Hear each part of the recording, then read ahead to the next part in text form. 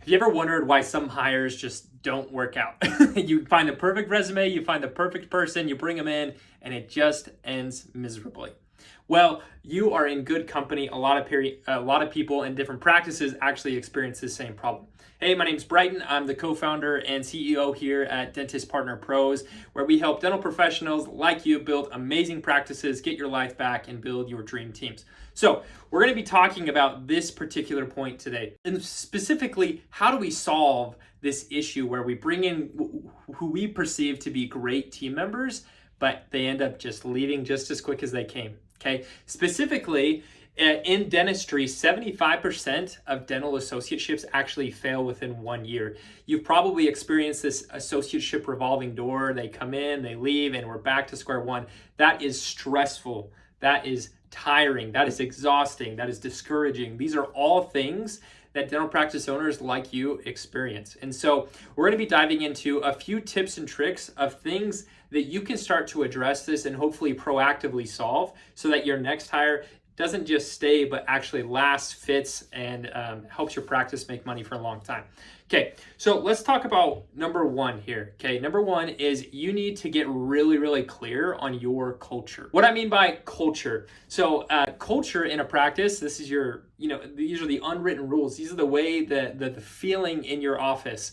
Every practice has it. Okay, it exists no matter what. It exists whether created intentionally or unintentionally. So what are you doing to intentionally create a culture that attracts A players? First tip is really looking at yourself in the mirror as the primary leader. Okay, you have to look at yourself in the mirror and say, am I the type of person, am I the type of leader, am I the type of practice owner that an A player, that someone that is fantastic is actually going to want to work for? If you can't look at yourself in the mirror and say, I am for sure that type of person, it's got to start here. It's got to start here, okay? If you're looking at yourself and saying, you know what? I feel like I'm a great leader, I'm dynamic, I do these things, I communicate well, then, okay, I'm someone that somebody should want to work for. My employees stay for a long time, it's great. Okay, check one.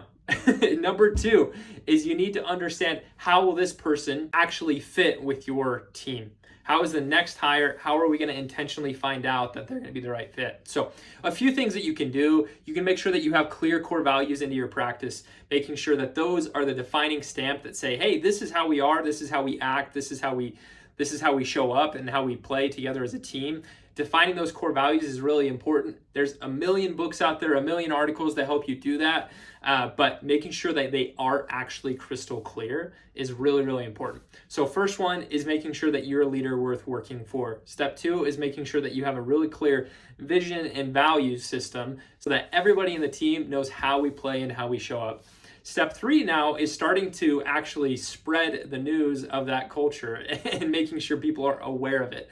And so when you're starting to recruit, this should be something that you're talking about, something that you're vetting against, making sure that the people you bring on actually match your culture, okay? So a way that you can do this is if you have 3 to 5 core values that are really important to you, that make you unique, that make you different than any other dental practice out there, then it's really important that you actually vet candidates against those core values, okay? So things like, we have one here at Dentist Partner Pros that we constantly strive for win-win. It's part of our core value system.